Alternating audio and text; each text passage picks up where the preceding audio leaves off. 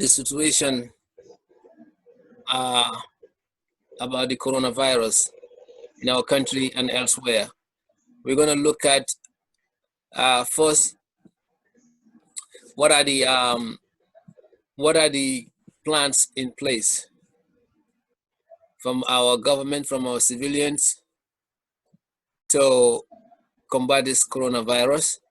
And we also want to look at the second part. We're going to look at what are the supplies needed, and then how to control those supplies so that they can go to the rightful owners or right places. As you all know, this is the trying time of our life. We are at a very, very, very complex. We are at a very, very complex world today. We have something that is really, really killing us.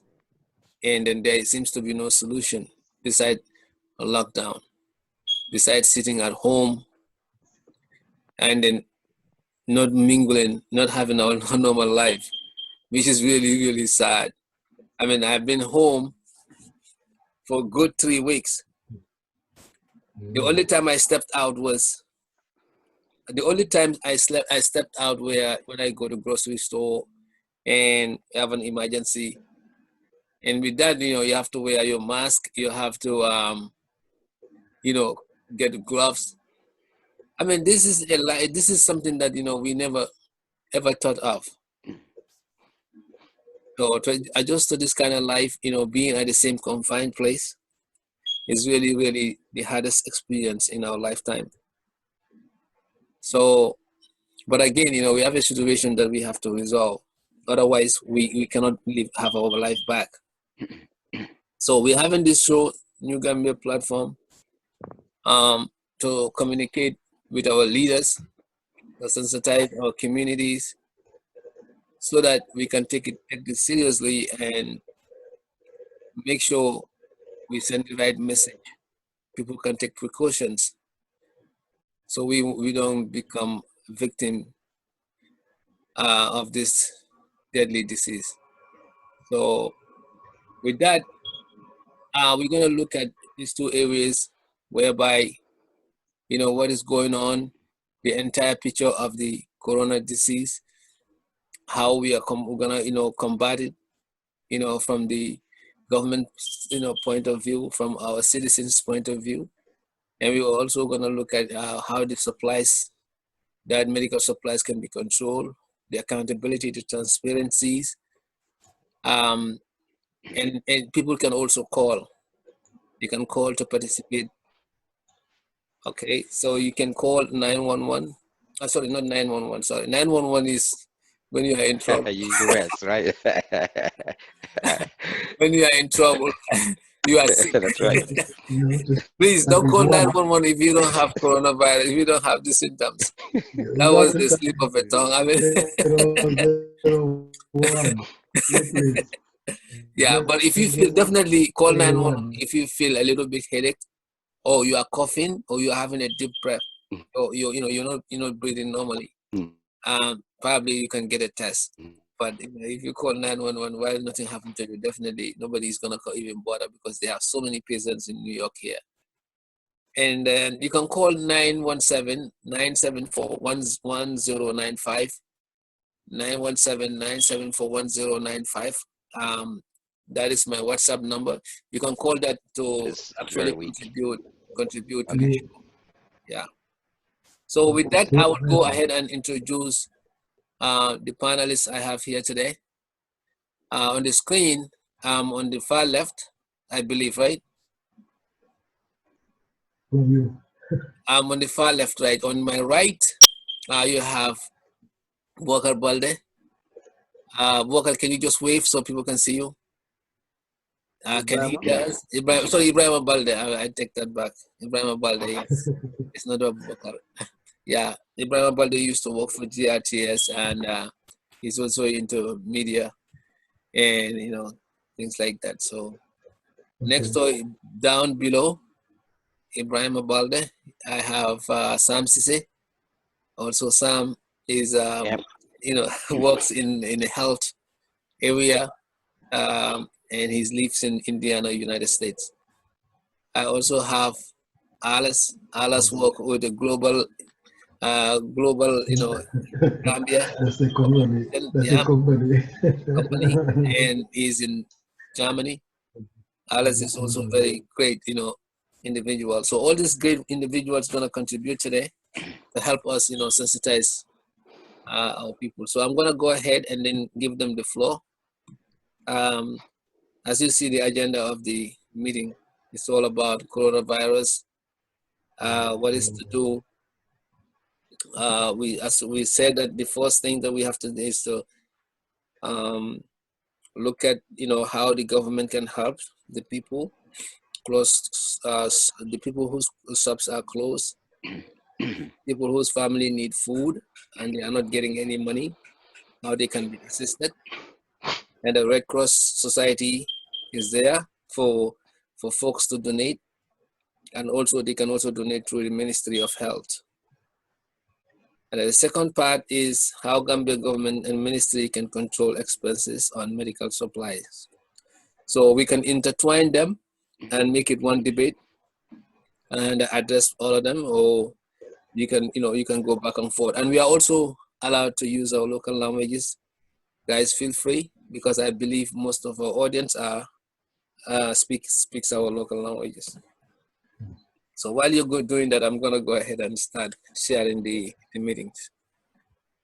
Who's coming first? Let us leave Mr. Ceesay. Oh, Mr. Baldeh, as a What's guest. that? I can go first if you want me to. Okay, carry on. I can go first. Well, you know, I thank you all, and it's good to see you all here. Definitely, and thanks to Mr. Sawaneh for hosting this as well. It's all about contributing and doing something for our country and share some things that can help our country.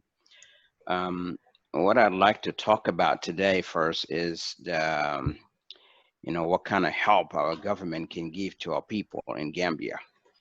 And I'm going to start that by really looking at just few examples what is happening in other countries, because sometimes even if you don't know what to do, just look at what other people are doing. And if you look at what other people are doing, it gives you a good idea as to what you can also do. You don't have to do exactly what others are doing, but you can do what you're able to do. If you look at Senegal, they are distributing rice and helping their people because of the impact of this COVID-19. I won't even talk about the U.S. because the U.S. is doing quite a bit. You know, it's doing a lot. The stimulus package that's going out, and there's a lot of other things embedded into all of that. But if you look at Ghana, the president of Ghana announced that for 3 months, people in Ghana should not be paying electricity or water supply, and no one should be disconnected. The government will pay all of that for them. If you look at India, India is distributing cash. They're doing direct deposits to people's bank accounts, and they're supplying food and commodities to people. If you look at Denmark and you look at France, you know, these countries are all helping somehow. They're telling companies, do not lay people off. If you have to put them on leave, if they are on leave, you put them on leave and the government will pay it. You know, or you know, they are also saying they can pay 75% of the wages for people. So there's a lot being done for people, and part of the reason for that is because the government, all these governments are asking people to stay home because of this COVID-19 spread. And to be able to minimize the spread is why you're asking people to stay home. But in my view,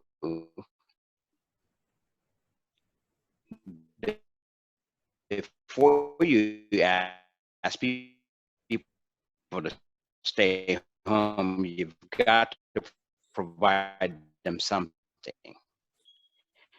The basic necessities, electricity, cannot, they cannot run out of. People have to government prior to even announcing all of this, or during the time that they were announcing that they're going to ask people to stay home, would have been time to also announce that stay home, we will supply electricity, we will not disconnect anybody's electricity during this time. No water supply, no work should not be disconnecting people. There should be 24/7. If they are capable of doing this, they should be able to do 24/7 electricity and water supply. But at the same time, distribute food, rice, flour, and oil, and all of that they can supply to people so they can stay home. Once you do that, then you look at the essential people. We still have to go to the market. Gambia is a country where most people don't have refrigerators to store food in there. They have to go to the market and buy food every day. So people selling food commodities in the market should stay in business. They should stay in the market. And minimize the amount of people and shop owners in the market is to tell other people, those who are not selling commodities, not to go to the market by building them. This is just a suggestion. I'm just giving ideas. They can, for example, KMC, the area councils, become a football fields, for example, where they play Nawatan, and build tents in there for these other people that don't sell food, and say, don't go to the market because we want only people selling food to go to the market. And you guys, we have tents for you here that we're going to put tables in there and separate you at least 6 feet apart. You can also try to go sell your stuff there. And that will be announced and well known to people from radio and television.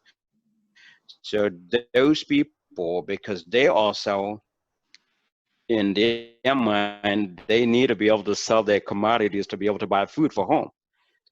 Be business as usual. That's one thing. Now, if you look at the other part,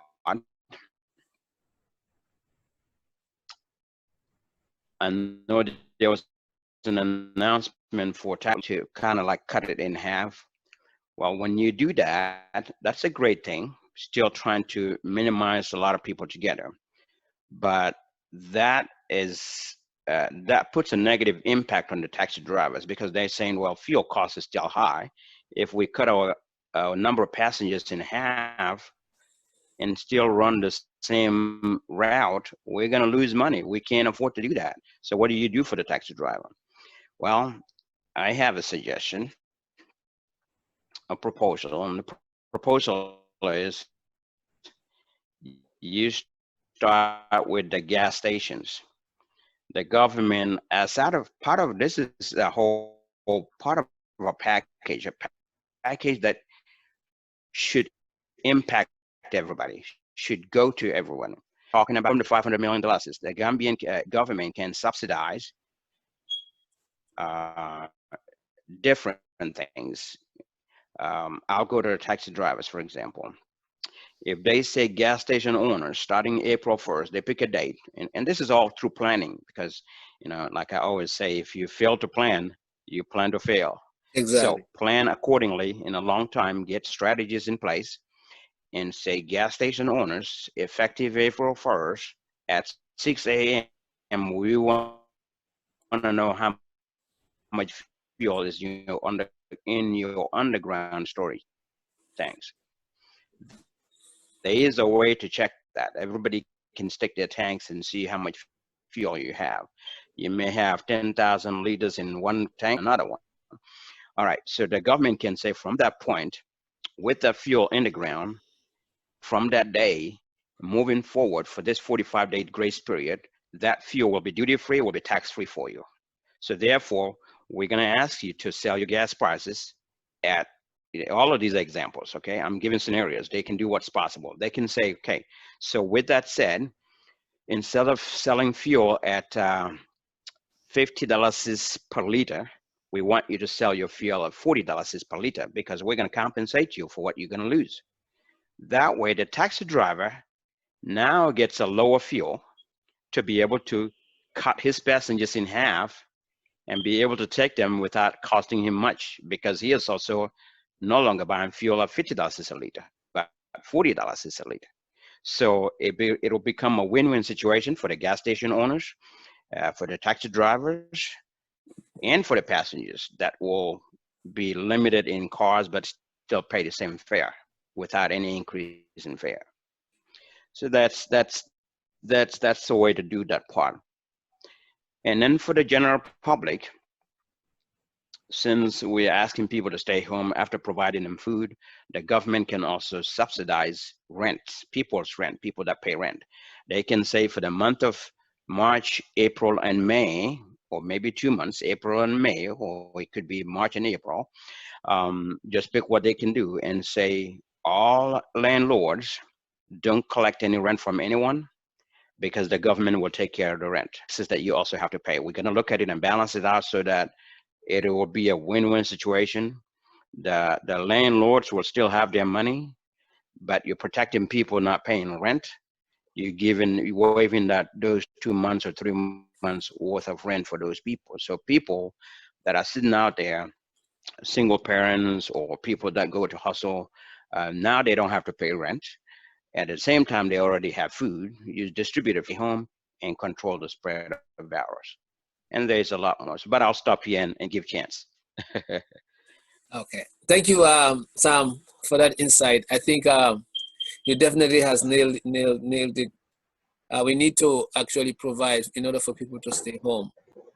Before I go to the next panelist, I just want to add up to this. If you really want people to stay home and do the social distancing as other places are doing, the Gambian government need to have a strategic plan.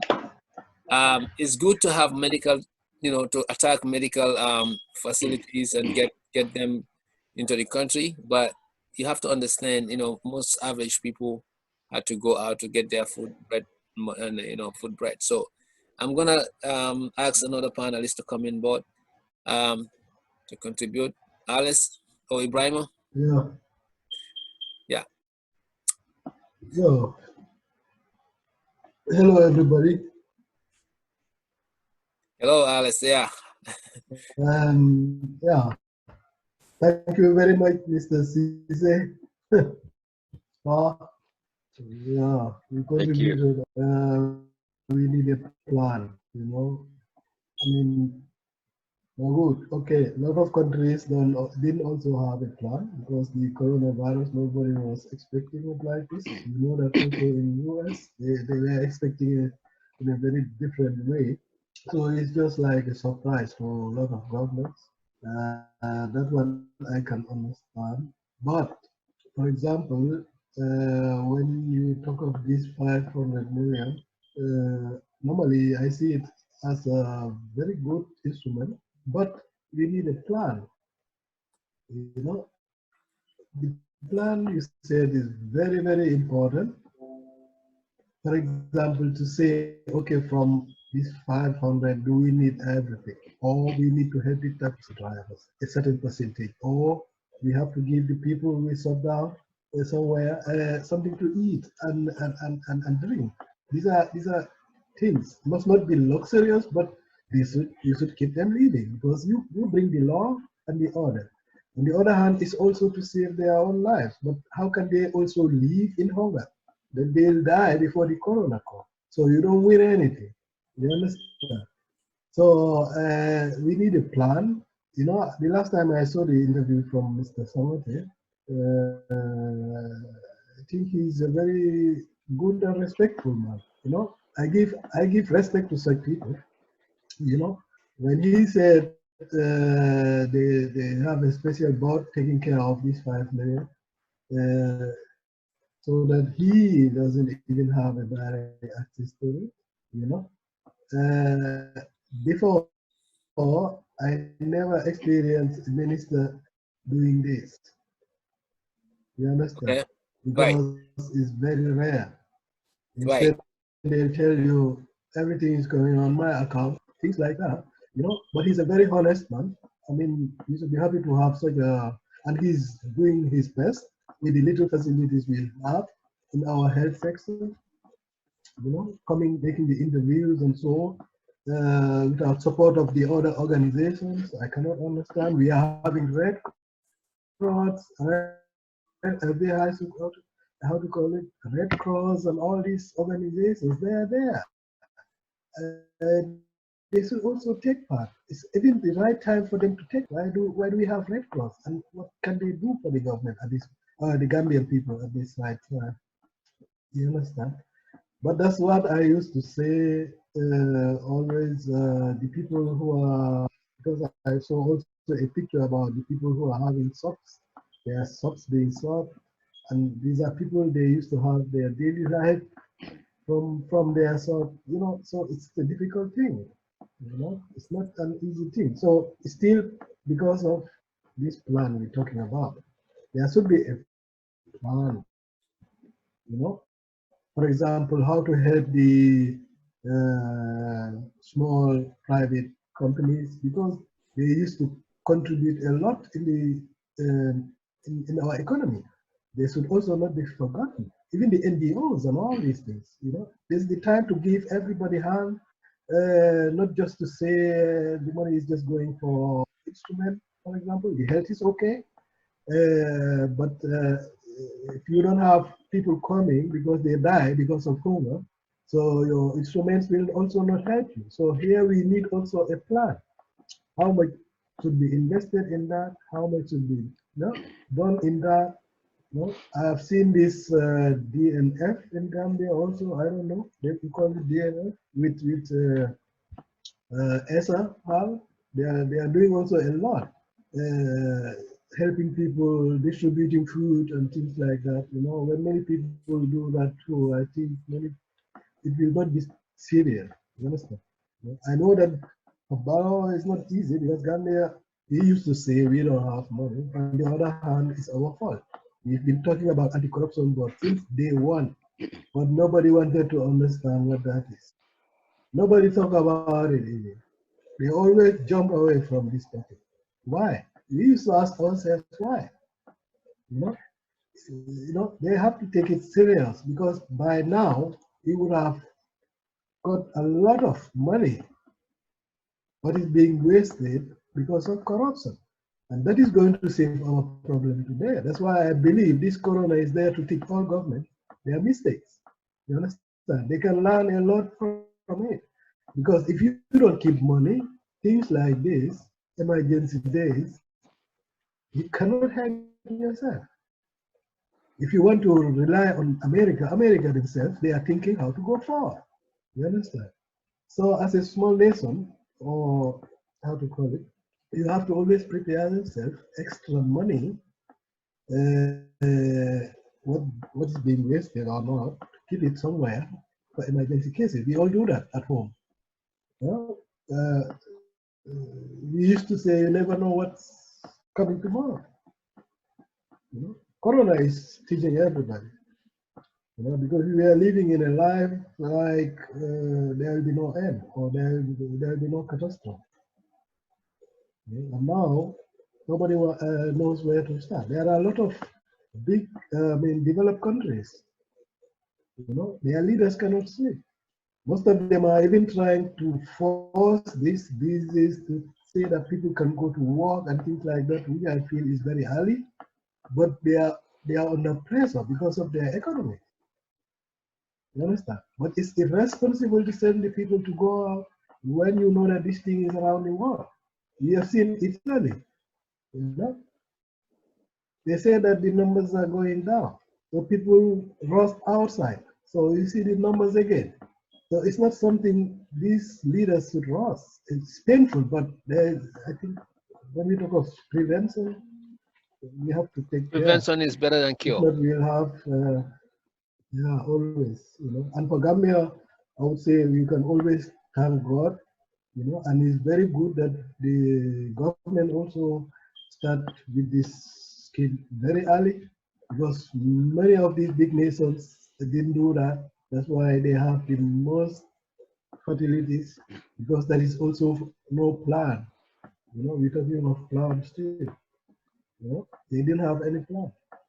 So now it happens and knock on your door, you don't know where to start. It's very good that they have this money, there, but they can use it also, I mean, yeah, to help not only the shopkeepers, the needies, private sections, even the NGOs and all, because later you need them all again. That is your Gambia before. So you cannot just make sure that you, because of the situation, some people get lost also. So when you want to be a Gambia again, you don't have everything you need. So I know it's not an easy task, but you can see it in big countries too. You know, they're having a lot of problems because of the economy. Denmark, they want to also start sending the people to school. We can also see as very early. But for them, they are also thinking of their economy, because if people stay longer, they are going to get bankrupt. So they have these two choices: to Right. risk it this way or to risk it that way. So Exactly. it's not an easy task, not even for Gambia, but still we can take the little we have, Right. make a good plan, and try to see where we can help. And there are a lot of people helping also in each other, that can also ease the government task somehow. So I think, yeah, I hope that they can get it that way somehow. But it's very good that Gambians are protecting themselves and very early, even earlier than certain European countries. Most of them are very late in the West to take it seriously. That's Yeah, why you can see what's happening. that's good. For example, we don't have that enough doctors to take care. Corona has no place in Gambia. So we can only concentrate on the protection and hope and pray every day. So people have to take it seriously. I used to warn everyone. Okay, Exactly. thank you. All right, Alice. That's a good, insight of the corona situation in the Gambia. Alice, thanks for contributing. Ebrima Baldeh, we can call you on to give you insight about the situation on the ground, how the government and then our civilians should be acting in curbing the situation, and also the supplies of this medical equipment, how could it be controlled? Mr. Balde. Yeah, well, I think so far, let's pray to Allah to continue the momentum at which the authorities are doing to contain COVID-19. Yeah. Momentum is sustained for the good of humanity, and we continue to pray that we don't have a lot of cases as it is happening here in New York and other parts of the world. I will pick up on what Ceesay and Alex were talking about with regard to the economic, if you like, economic stimulus, for the people of the Gambia, the vast majority of whom, find it difficult to get their daily bread. I was watching Al Jazeera a few days ago when the reporter in Senegal was talking about some family members who said they find it difficult to stay at home because it's unlike here in Europe or in America or overseas, where people stock, their food items, for a week or for a month, and maybe going to groceries will only maybe require you to get one or two things. But in Africa or in the Gambia, that's not it. Some people get out, to get a daily bread, like masoners, carpenters, this informal sector. A lot of them depend on, their daily wage to sustain themselves. Right? Like Right. if you have $100, you say, okay, now at least I have, my demands for or the first money for the next day. So if you tell that guy to be on lockdown, and then there are no facilities that keep them at home. For instance, you and I are enjoying the access to internet. You can watch movies on Netflix, Hulu, or other, things that keep you at home. Or maybe watch from home. But Exactly. in Africa, you tell someone to work from home, it doesn't actually, add up. So we don't have Yeah, we it's don't have that laughable. in place. It's Yeah. true. It's true.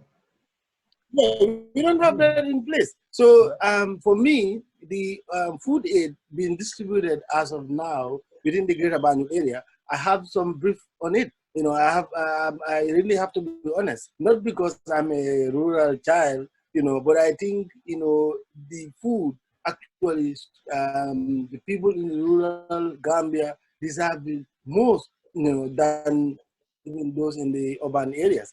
Look at it from this perspective. Rural areas deal because of this state of emergency. The other time, I don't want to be partisan, like support parties, but when Sida Jata was speaking about the implications or ramifications of the lockdown or state of emergency, it is going to hurt and it is going to have far-reaching consequences for people who cannot at all costs stay at home. God forbid Right. that Right. the That's true. virus hasn't ravaged Gambia like it has done here or in Europe. Otherwise, this issue of social distancing is all a kind of a myth, that you cannot imagine that because people have to go out on their daily bread. I was talking to a relative of mine yesterday. He said even taxi drivers now, because of the rules, now they prefer taking town trip. And town trip minimum amount they charge you is $100. That's like maybe less than $2. Maybe $2, yeah. But how many people in Gambia can afford that in this time of need, in this time of crisis, in this time Yeah. of Not many. Not health many. crisis? So Yeah. those are Not two of many. the things that people have to look to this one. Because now let's say if we are living from Serakunda to Westfield to Brikama, this most of these gele or vehicles, 14-seater or 15-seater, depending on the license given to them to carry. So now they are not allowed to carry those passengers. Now some of them would prefer, taking taxis like here. But how many people, like I said, can afford those things? So really, the $500 million that is set aside to fight COVID-19 should really be diversified also into food aid. Target the vulnerable people, target people whom they really find it difficult to feed their families and who depend, mostly laborers, who depend on their daily outings to sustain themselves.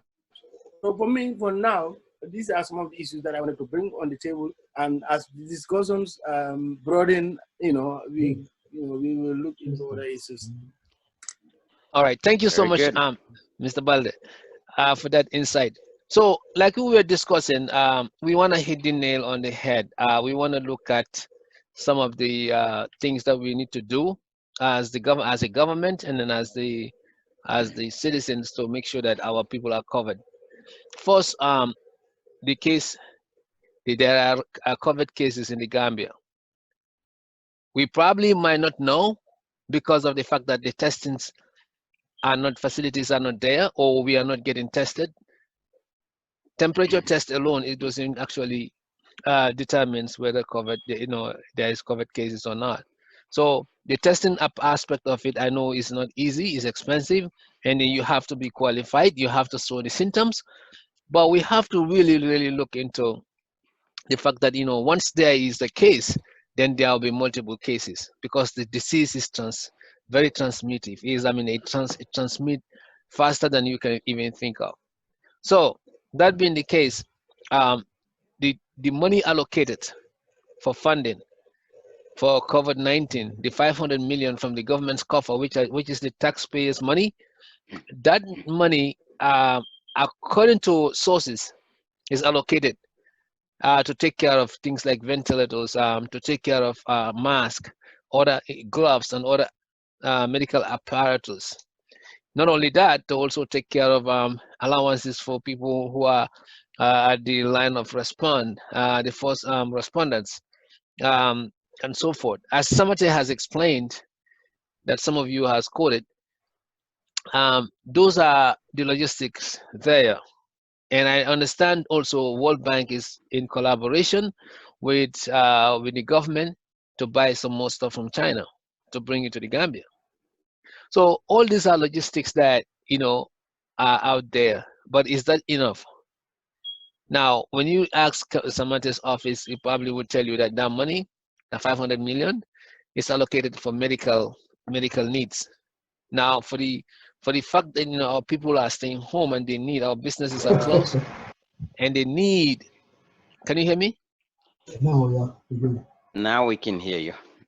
Okay, for the fact that the businesses are closed and our people need food on the table because they cannot go and sell. So there should be another logistics. And then they say the Ministry of Finance is working on that. But is that going to be enough? So this is why we need this kind of discussion to make sure that our citizens also contribute through Red Cross and other needs, or individually or by localities. People have to step up because, again, it's our responsibility to make the government accountable, and then it's the parliament's responsibility to make the government accountable. Are you hearing me? Hello? You go in and out, in and out. So, yeah, Yeah, Oh my now it's goodness. I okay. go in and out, right? yeah. Now it's okay. Yeah. But okay, that probably would have to do with my If you would, when you're finished, I'd like to add something to that.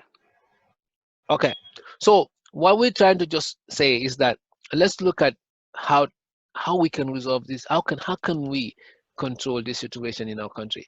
Because if we don't, trust me, yesterday alone they said there were 9 cases. I mean, sorry, 5 cases, additional cases. Am I correct or wrong? Yeah, you're correct. I Okay. saw it So somewhere anyway. There was a table. okay. So 5 cases, new cases. Now who knows how many new cases gonna come?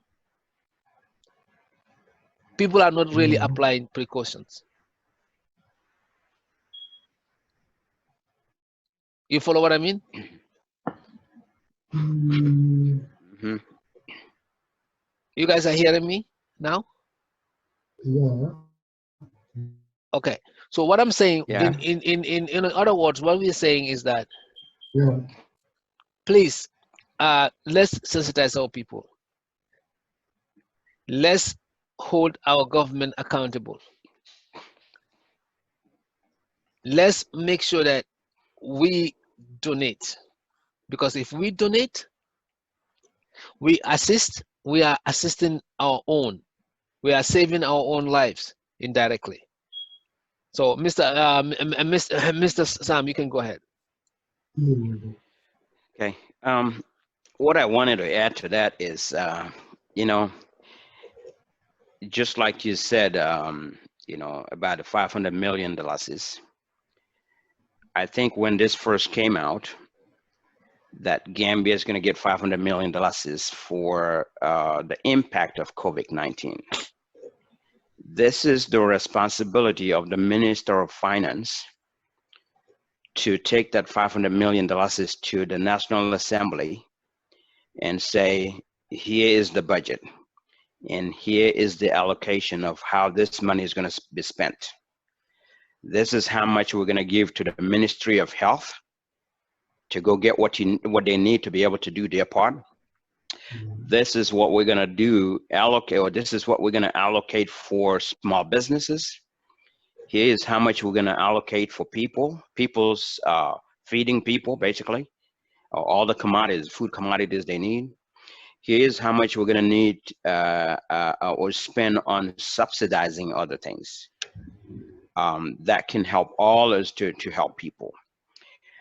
Like I said, it's the responsibility of Ministry of Finance, not the Health Minister should be in charge of this 500 million. It should be the Finance Minister going to the National Assembly and put it on the table with allocations as to where this money is going to go, because should not all be given to Ministry of Health. But in doing that, the Minister of Finance can resolve a budget in certain areas, and because here's the reason why I said he needs to do that too. He needed to do that. when it comes to this $500 million, he is also going to put in account in the back of his mind and be able to speak about this as well. Now that the country is on lockdown, the airport is closed, the government buildings are shut down, nobody's going to work. So here are some of the things that we're also going to gain out of this. No government vehicles should be running around. So we're going to save money on government fuel for all of this 45 days that the National Assembly allocated for this. Okay? We will save, I'm just going to pick a number. We're going to save $10 million on fuel for the 45 days, just an example. But we're also going to save another $3 million on travel expenses because nobody's going anywhere, right? All the budgets that was done for travel for this time is going to be stopped. Nobody's suddenly traveling to Europe because nobody's going anywhere. All right. Well, because coronavirus is definitely an epidemic here.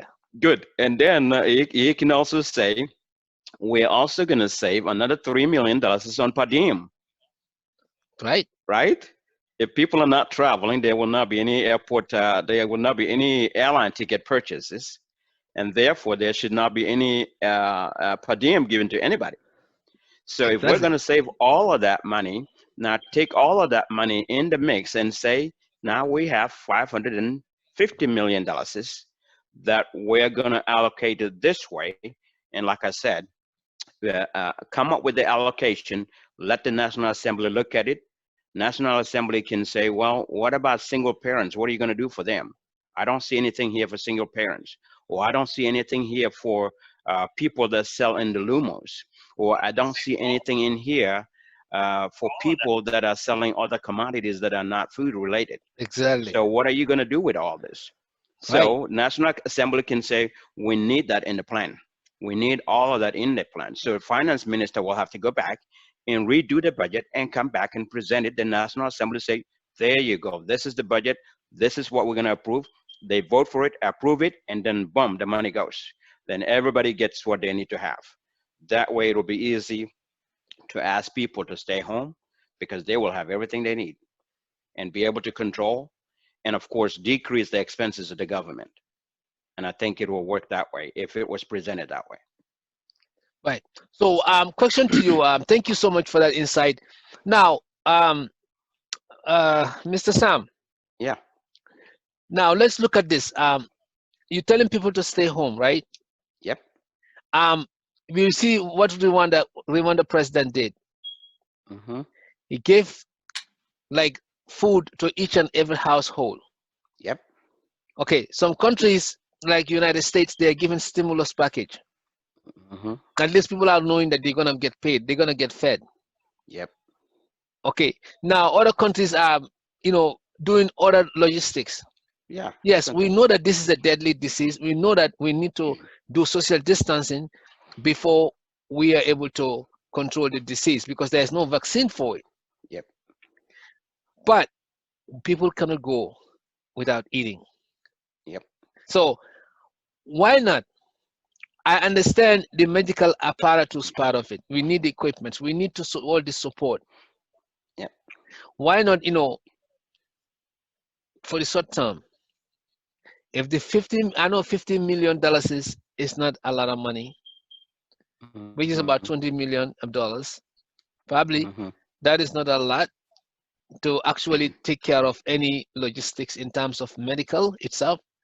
And I know the World Bank is giving some money in terms of equipments.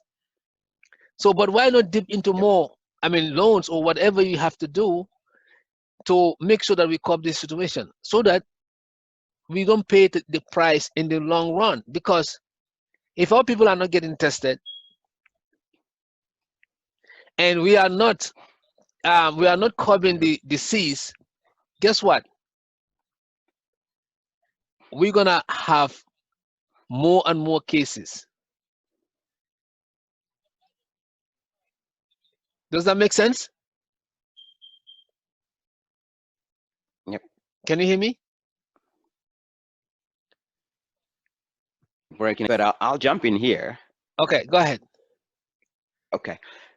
Well, what I was saying is, if you think about it, that is true. We need medical equipment. We need test kits. That's why I said out of the $500 million, if the Minister of Finance, reshuffle the budget by looking at the budget and look at all the things that they're going to save, and take all of that money, that savings, and add it to this $500 million, and then say, Minister of Health, here is your allocation. They can take their money and run with it and go get all the test kits for the people, get everything that they need, okay? Give that allocation to the Minister of Health. Then the rest of the allocation, now you're talking more than the $500 million, because like I said, there's no travels, nobody's going anywhere, government vehicles have stopped, we're saving fuel consumption for the government vehicles because they're not going anywhere. No airline tickets are getting purchased because nobody's going anywhere. No per diem is getting paid. All of the budget that was done for all of those things, bring them back into this and add it to this package and say, instead of $500 million, now we have $700 million. And we're going to give this much to Ministry of Health to go get what they need. Exactly. Go get what they need. Go get anything you need. Just go. Is your budget. Spend it the way you think it fits the purpose. And the Minister of Health should be able to take it from there with his directors and do the right thing to get enough test kits and get all the supplies that they need for the people. While the other part of the budget is concentrated on the general public, the small businesses, and all the people. So I think if they do it that way, then it'll be a win-win situation for Gambia. Everybody will be happy. People can stay home because this is serious. Just like you said, it's a serious disease. The spread is very fast because it's very contagious. So people need to be able to stay home, but stay home and do something by, having enough food at home. Everybody needs to have enough food for you to be able to stay home. But in light of that as well, this is the time that they will also, part of the Ministry of Health's budget, they will be putting programs on television while you ask people to stay home. You also put programs on television that they can watch, something that's health related, something that will really educate people about coronavirus, all the things that they need to do. They can have daily programs for people to watch on all of this. So at the end of the day, it will help keep people at home and avoid too much spread of the virus. Perfect. Thank you. Now, Alice, you have something to add, or Mr. Baldeh? And also, we have to look at how to control the equipments as well. It's very important because I think most of the problems we have is that we don't have control system in place, and then we end up losing things that we needed most. That's what I wanted to say, because not only the plan, it's also part of the plan, because if you give out money, as usual in the Gambia, without end control, that means controlling at the end, sometimes you don't know nothing about it, whether it's going to the people who need it or not. It's the same thing when the Europeans, they used to help with money and so on. But most of them, they used to say, oh, sometimes they will not do it because they know that the people who should have it never get it. So it seems they even know our character somehow down home, So one will take it and put everything in his pocket, and that's it. For them, they think they are helping people, but they are still seeing that those people are still suffering. So they used to say, what? So where's the money we give? So we don't only have plan problems, we have also these problems. You understand? Right. So, and then Mr. Ceesay, his idea was also correct, but I think the health minister for this case, because normally it's not even his field. Normally it should be done by the finance minister. He's only here on topic because I think the topic is more about health. But normally this man has nothing to do with money. Maybe he cannot even count it himself. So that's why they have a special body. I think that part is really clear. Finance minister should have been in the forefront. And then Alice, let me just jump in there. Why is it that only the ministry is the one doing this? Why can't it be the whole task force from the government? What are they doing now? Because they are not operating. Yeah, I mean, instead of taking a leave, get up and be part of the task team. yeah, Only one department cannot fight this war. I know, and we cannot always also say the government. The government has done also his part, and we don't even have it. The 500 million. Some people will think we have it. We don't even have it because we can hardly pay our rents in Gambia. I mean, our how to call it, our credits. With since interest and so. We just take from hand to mouth. Gambia is not. It's not a country what people think. We are a very poor country and we are having a macro financial problem, but people don't know. So certain things, I was even surprised to hear about this 500 million. It's a very good move from the government side. But I say we should have got everything. Yeah? Had it been that they started right away, the first law they introduced was anti-corruption. When the pockets are full, we don't need to beg anybody. And that's where our problem is. And even if we have loan, funds, grants, the next day it's gone. So there is no end control. That's what I used to say. Even this for 500 million, you see, if you don't mind, at the end of the day, we don't even have anything at the hospitals again. We start back to day one, because there is no control. It's just a name, and next day if you ask, it's gone, and nothing is done. So that's why I used to say this corona is there to show not only the Gambian leaders, many African leaders, what to do and correct.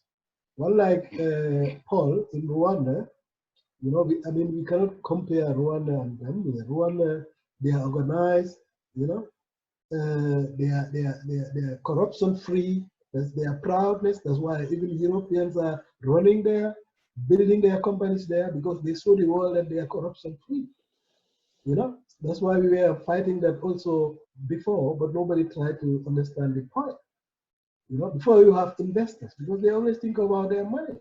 If they invested in this corrupt country, later whether they are going to win again, things of that sort. So we have to show ourselves, and that to start at the head of the feast. You understand? And make sure that everything is controlled. We have in control where money goes and goes out. And these are our problems. So that's why Gambia is nice, because if you want to live good, you have the door to hold it, you hold it. Right. And that's it. If you don't change it, nothing will change. Yeah. So Alice, I wanna, before Baldeh comes, I just wanna add this. The reason why we are suffering like this, because we don't have any health, system, strong health system in place. Now what the strategy they're trying to do is to cut up with that's why they're buying this ambulance and other stuff. They want to cut up with this health system first, thinking or hoping this COVID case might not explode, right? To the capacity that we will need all that money there. So by doing that, they can make up the deficiency in health sector. But if we had this thing in place, all this 500 million should have been going to families. Imagine if you buy 500 millions of food and serve the Gambian people. Trust me, you will get their votes. Not only that, you will get their hopes. And not only that, you will also be able to contain the families, their hunger for like at least a month or so. That's right. And So I think the government is missing something here. If I were to advise them, I would have said, if this wanna be a catch-up system to the medical deficiency that we are having, then it won't be effective to be able to sustain our people, because the money is not that much. Yeah. Mr. Baldeh, you can come in. I mean, I'm not an advisor to the government, but I think some of these things they can take, they can probably put a note on that. I know our health system is way out, but if we want to use this opportunity, which they were trying to do, to fix that, because they're getting a lot of money, then it will not be effective to combat coronavirus at the same time, especially when it comes to putting food in people's table, on the people's table? I mean, Well, yeah. Go ahead, Mr. Baldeh. so you know, our government is sad to say, but the implementation mechanism or the strategies they always put in place is they rather act too late or too slow in terms of what the wishes or aspirations of the Gambian people. Look at Senegal, our next door neighbor. I mean, what Macky Sall is doing to dish food aid. Okay, so for us also, I don't think it's late. Our government, who knows, by tomorrow or before the end of next week, they will start doing something because they seem to be listening to or other actors, you know, and that is the bottom. That's the best thing that they can do for now because the agitation or the demand from the vulnerable people, you know, they are upping the ante. And if this continues, what is going to happen is that the government will be forced to look at Plan B. And Plan B is how to fix the problems of the vulnerable people about food aid, about, you know, their daily income. So I think it's either going to be late, but the government should, or should I say, must do Would. something. Exactly.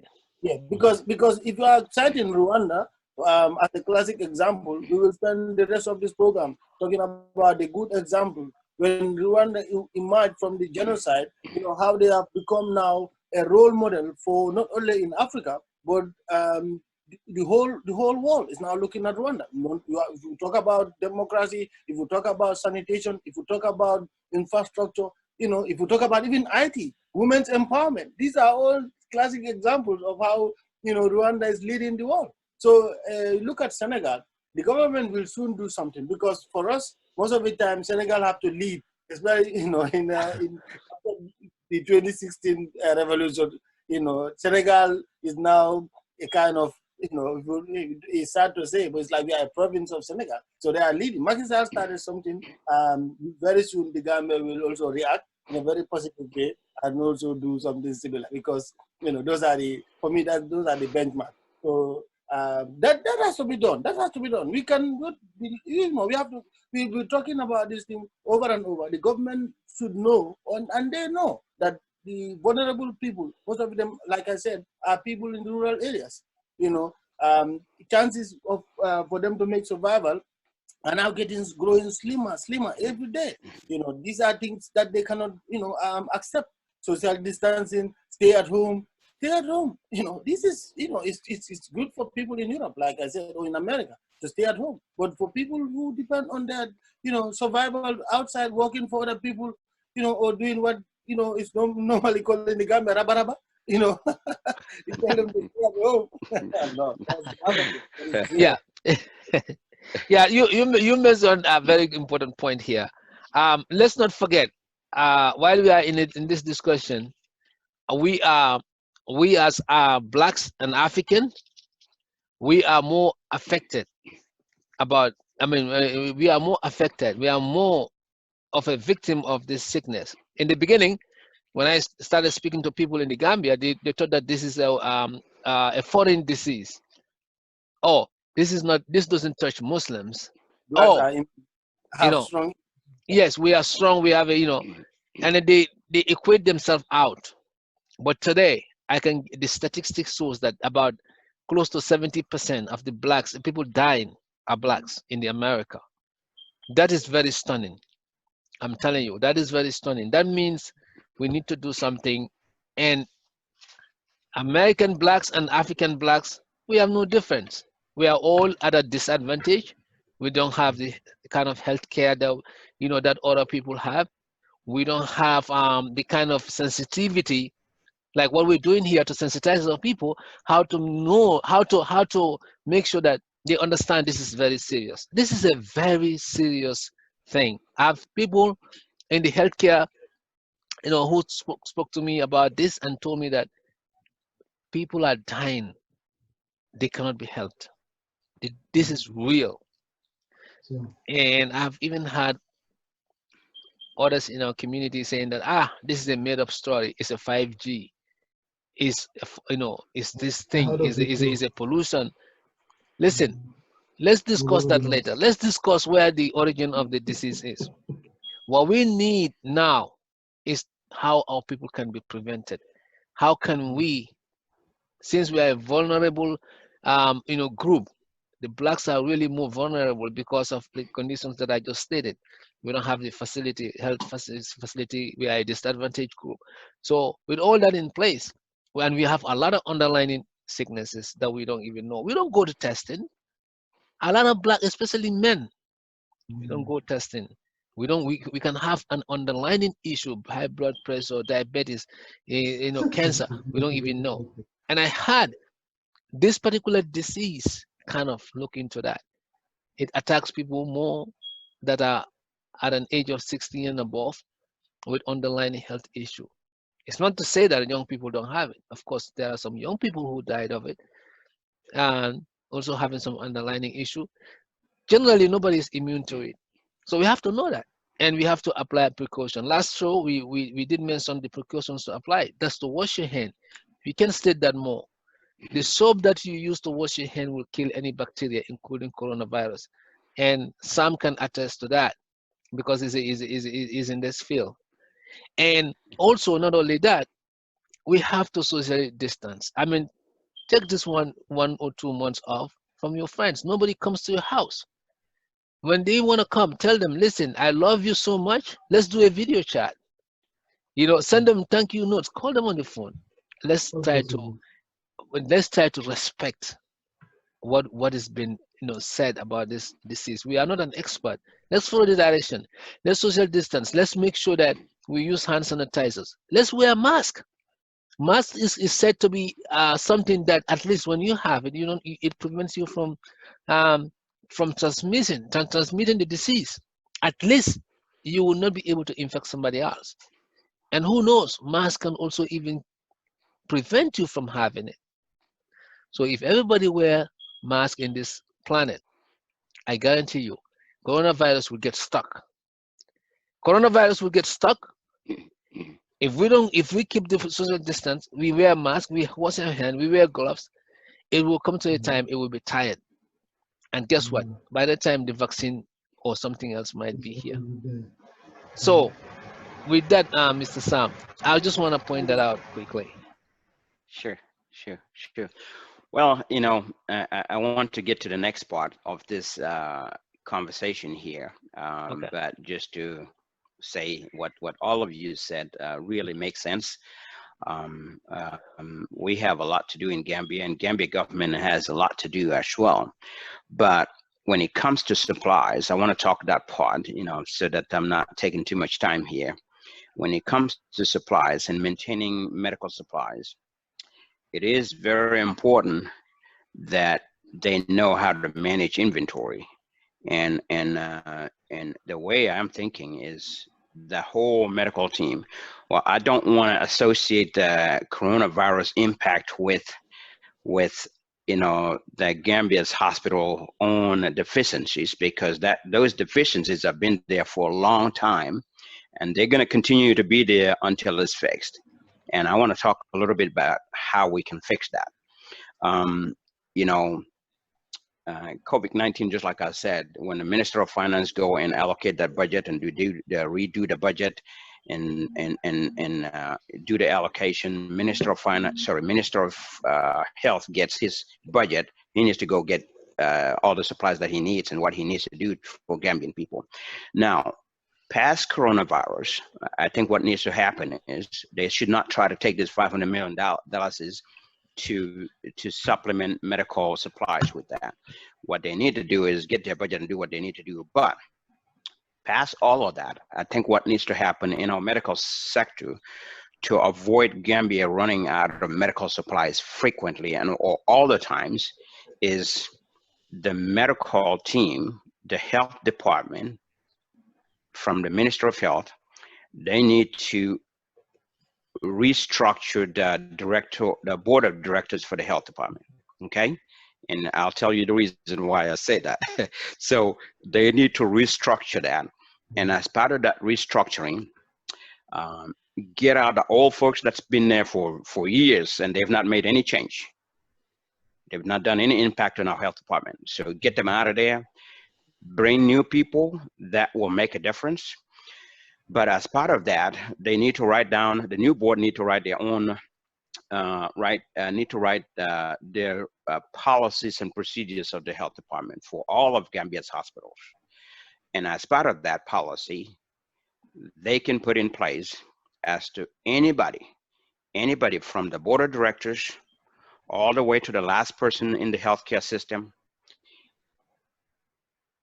No one can own a pharmacy if you have direct impact with medicine or any supplies.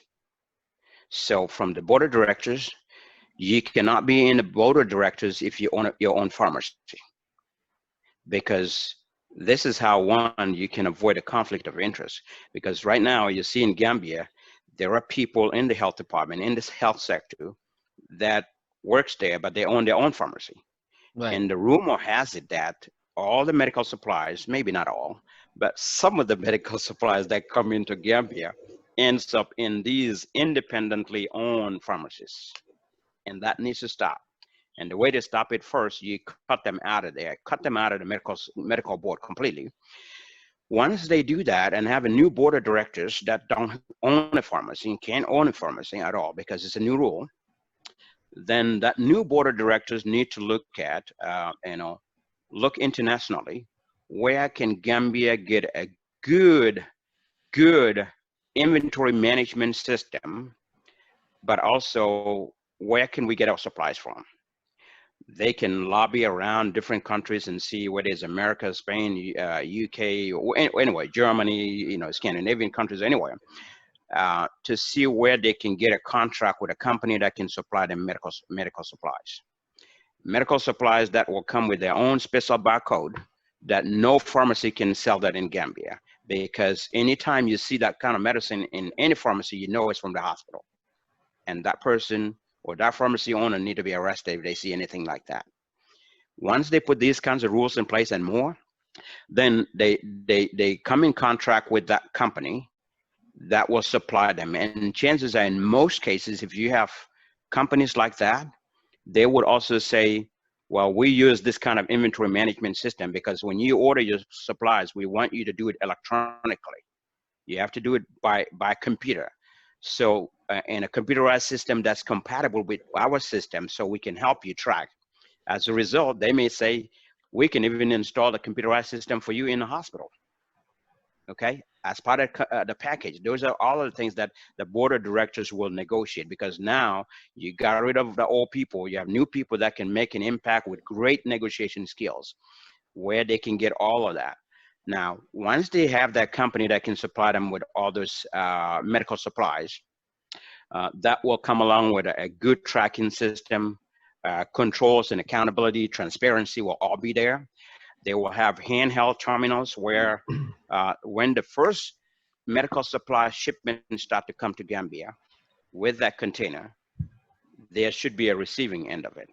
There should be people that are trained, because they will send people over to this company to train them how to manage that inventory system. So when the first delivery comes in, the invoices will download electronically so that nobody can interfere with it or change anything, because it will be compatible with the computerized system they have in the hospital, and that will be in all the hospital pharmacies as well. So that everything that comes in, the receiving team will go scan every box.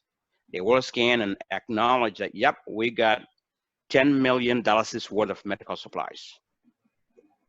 Now, $10 million worth of medical supplies, it came electronically, is in the system. They scan and confirm, yep, that's what we got. Now is in the hospital storage room. In the storage room, then they take and supply the pharmacists out of there. The pharmacists will get their inventory from the storage room and place it in the pharmacy. But anything that goes out of the pharmacy also has to be scanned, because there will be a register system, and they need to install cameras that can capture everything 365-degree cameras are there that can catch anything in the pharmacy and in the storage. Nothing should be on blind spot. Once they cover all of that, again, the same board of health, the same board of directors will also computerize all the hospitals. So every single patient that walks into that hospital effective so-and-so date will be registered through the computerized system, just like how you check in into a hotel. When you're checking in into a hotel, you're checked into the computerized system, and something called a folio is created. That folio has all your information in it: your date of birth, your address, the day you checked in, what time you checked in, who checked you in, what room you got assigned to. Everything that the hospital doctors do will all be computerized and linked to that. So even if a doctor in the pharmacy prescribe a medicine for Sam Ceesay, who is in hospital room number 6, bed number 3, that will reflect in that computerized system. It will reflect in the pharmacy's computerized system. Their family members can go to the pharmacy and collect that medicine. It will be scanned out, and it will be linked to Sam Ceesay's room number 6, bed number 3. So when they do that now, everything is getting captured and everything is computerized. There's no way anybody can take anything out of the pharmacy because it has to be scanned. And not only that, now you go into real inventory management system where there is a tracking system. Inventory is just like money. If you don't count your money, you don't know how much you have, and you don't know how much you lost. If you put $100 in or $100 in single dollar bills on a table in your room, if you don't go back and check that, I can come and take a dollar out of it. You won't know, right? You're not gonna know that. So the only way you can know that something is missing is you count. So inventory has to be counted. The hospital pharmacy needs to have a monthly inventory count every month. They need to count their inventory and balance their inventory.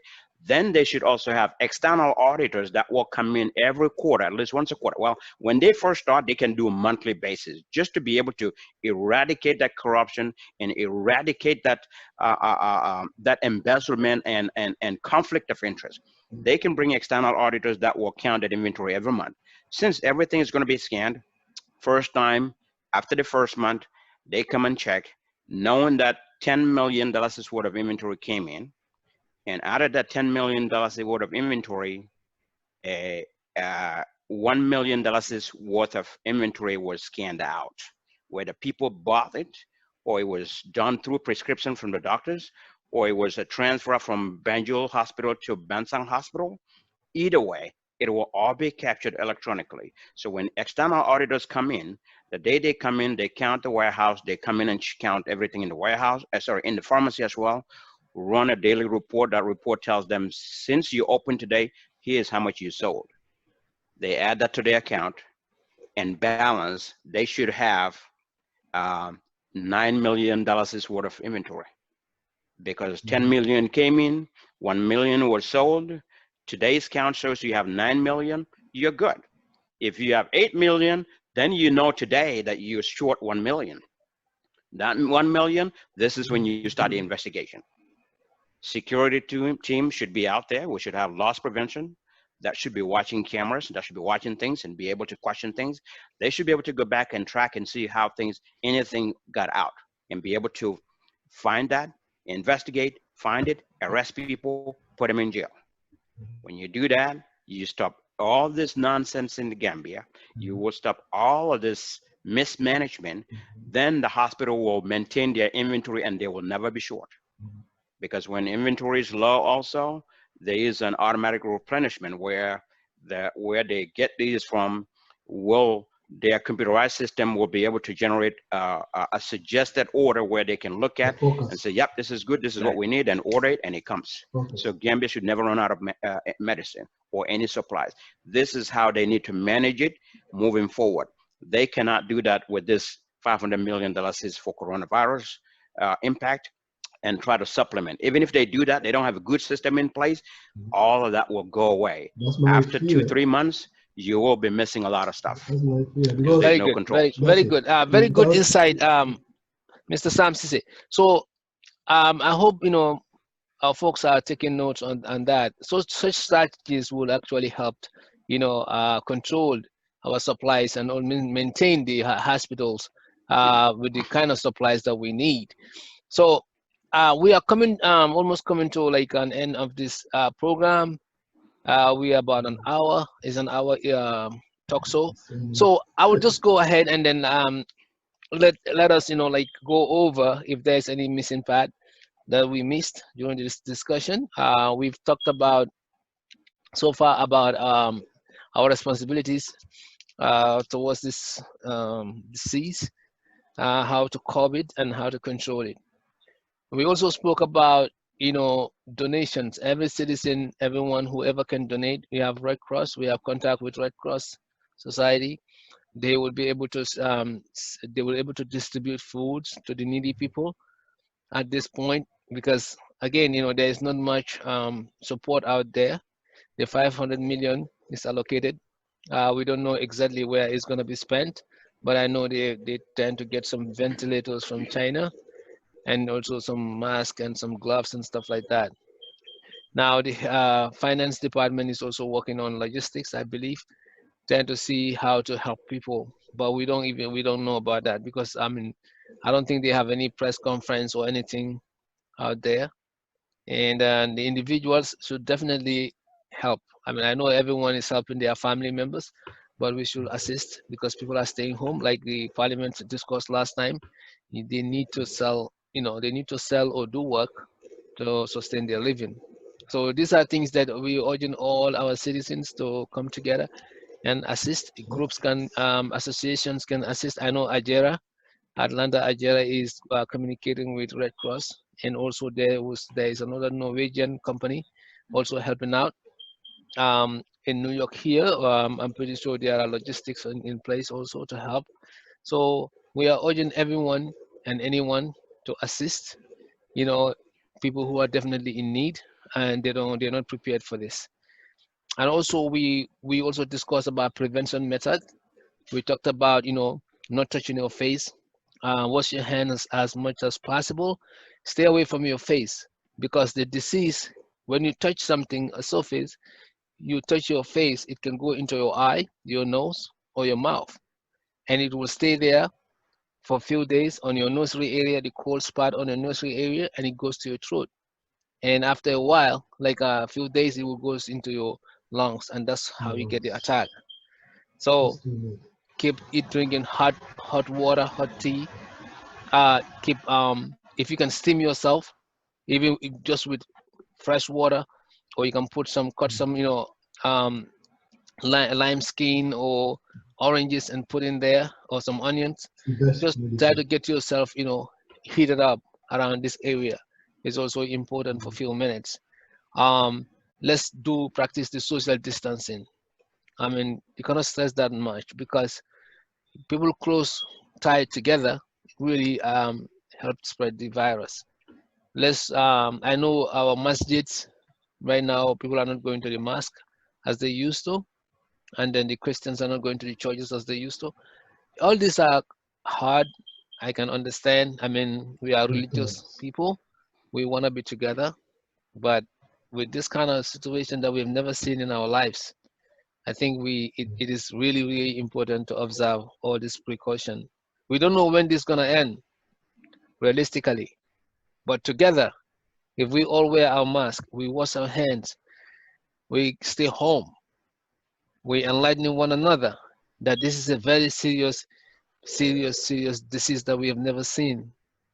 I think we can save lives. And the lives that we save might be our own lives or our family's lives. So Definitely. I hope, like everybody is taking note. This is not, it might be boring. It might be something that, coronavirus, too much of it, I cannot sleep. I don't want to look at the data. I don't want to see how many people are dying. I don't want to know it, because, it's making me, Very feel much. bad. But Very much. realistically, we need to be informed. We need to follow the news. We need to inform, because I've learned people I know who passed away because of this. They wouldn't have passed away if this thing never came. They probably would have been in their with their existing condition for a long time. But again, you know, this is something unexpected. So we have a battle that we are fighting. Let's take politics out of this. This has no politics. This has no. This is blind to color. It belongs to tribe. Politics will come later. Let's look at the individual interest, because right now, if you want to see the person in the government and you say, oh, because of that, I'm not donating money. Because of the person in the government, I'm not doing this. No, you're kidding yourself, because you are refraining your citizens from getting the kind of help that is needed. You're not doing this for any particular, person in office. You're doing this for your people. All right. So we urge everyone, and my panelists, I'm gonna have to get you guys your final words, your summary on this, and then hopefully our viewers would have a takeaway from our discussion, and probably the government officials also would have some takeaway if they are observing. All right, who's going first? Alex, go ahead. Okay. Or Baldeh. Mr. Baldeh can go. Oh, Mr. Baldeh. Mr. Baldeh, you want to go Mr. first, or then Baldeh. Alice? Then Let, Mr. let me go first, and then be the first also to exit. Okay. Thank you very much for the opportunity to talk on this very important platform, to sensitize the people. In other words, to help them or to help each other navigate through the right path, not to go astray. These are very important times. These are very serious times. The likes of Sam, with the explanation, total explanation he has given, the inventory about the health system in the Gambia. I wish the authorities should listen, because this is very, very important. I wish, I'm in a position to take note and then make sure, what is implementable is done, and then, try to take it from the next level. The note here is for the Gambia government, or for the Gambia, not to be complacent about the COVID-19 and say that, no, it's okay, we only have so far 9 cases. Who knew that it was going to get to 9? We are not a major tourist, we are not a major hotspot in terms of travel, like Europe or America is. But these are people, Gambians, who, by virtue of their interest in the country, decide to go back, and then unfortunately contracted this COVID-19. And so far, that's the indication that the authorities are giving. So for me, it's for the government to really listen, and listen very well to the constructive debate or argument being given from all sectors, of the world, about what to do with the ordinary people who are really disadvantaged and who are really cut off, from the mainstream in terms of getting their bread, bread and butter. So that's my take for now. Thank you very much, Mr. Sawaneh, Ceesay, and then Alex in Germany. Thank you very much. Thank you, Mr. Baldeh. Thank you. Thank you, Baldeh. Thank you. Okay. All right, go ahead, Alice. Yeah, for me, I think I've said already what I wanted to say. Anyway, I'll add something to it about the people who are claim to be having this in the Gambia. That only 2 of them are from Gambia, the others are imported. So that is showing you. Can you remember the first time? That's what I wanted to say to the people from the diaspora. Let them stay home. And then that's just to save our people at home, because I know many people miss home and want to make holidays, but at this juncture, I used to advise people, let them stay till everything, because in Gambia we cannot afford it. As I used to say, the only chance we have is prevention, protection, and I think people are doing very good, but we have to add our strength, because that's our only survival. We should not play with it. Because even if we are talking about the health, even the 500, for example, even if it is going to be used for the health sector, you have to train a lot of people, for example, from that money, because we don't have adequate people who are going to support 2 million people. You have to fix the hospitals. Luckily, I hear from you, they need the ventilators from China. That's also a very good move, because that's all what you need. And even the countries who are having it are having problems. Look at England, they have problems of oxygen, for example. These are all things you have to invest to get it. And we are not that much equipped. That's why I always used to focus and say, as Mr. Sawaneh also did, I've seen it also many times in the internet, or sensitizing the people, you know, people like me. If you watch on my Facebook site, you see all of that. I post a lot of things, advices from UNICEF and WHO and things like that. You know, this is just only to sensitize our people because it's another way of helping. You know, we can only concentrate on the protocol. I know it's difficult, you know, to tell the people to stay home. Where I'm here, we don't have lockdown. We don't have lockdown because they know that people are having this discipline when it's said, and everybody is his own interest also to save himself and others too. So it's not a force. That's why we don't have lockdown. Or if you go around outside, you think there's lockdown. No, it's everybody's interest. People go and make their sub and they're back home and they don't play with it. The weather is nice, but if you go out, you see few people. We don't have lockdown. It's just principles. And I think when we practice that, I mean, it's easier, as Baldeh said, in Europe it's easier. But in Africa, some people have to go every day out to make sure that they get lunch. So these are the people the government should help. I would advise, or any movement or society, you know, to try and help these needies and help them. And the, how to call it, mayors and councils and so they know if they are people, they know the needies, they can also go and help them, or even if there is aid from the government side to tell them these people need it, and not to politicize everything, you know. Gambia is one, we need solidarity now. And as Sawaneh said, no parties or so, you know. What we have is one problem and we have to solve it together. That's why we need this solidarity. So goodbye to everybody. Thank you, Thank you, Alex. Alice. Thank you for giving that insight, Alice. So Sam, your final words. I'll make it short and simple. Just add to what you said in terms of prevention. You know, people really need to follow everything that you were saying. And the only thing I'll add to that is disinfection. You know, people need to disinfect. You know, don't take things for granted. If you have disinfectants, try to disinfect your own house. If you go outside, when you come back in, try to use hand sanitizers, but wash your hands when you get home, definitely, before you touch anything else. A simple solution for disinfectant, I gave it last time, is to take bleach. Gambia, that's what they have, bleach. Take bleach and get 3/4 of a cup, which is 5 tablespoons. Put it in 1 gallon of bleach. That will be your mixture. That will be your concentration that you can take, and wipe your door handles, wipe everything that people touch with your hands at home will help you disinfect. When you disinfect, you're killing the virus. Any virus or bacteria that's on any surface that you touch, you're killing it.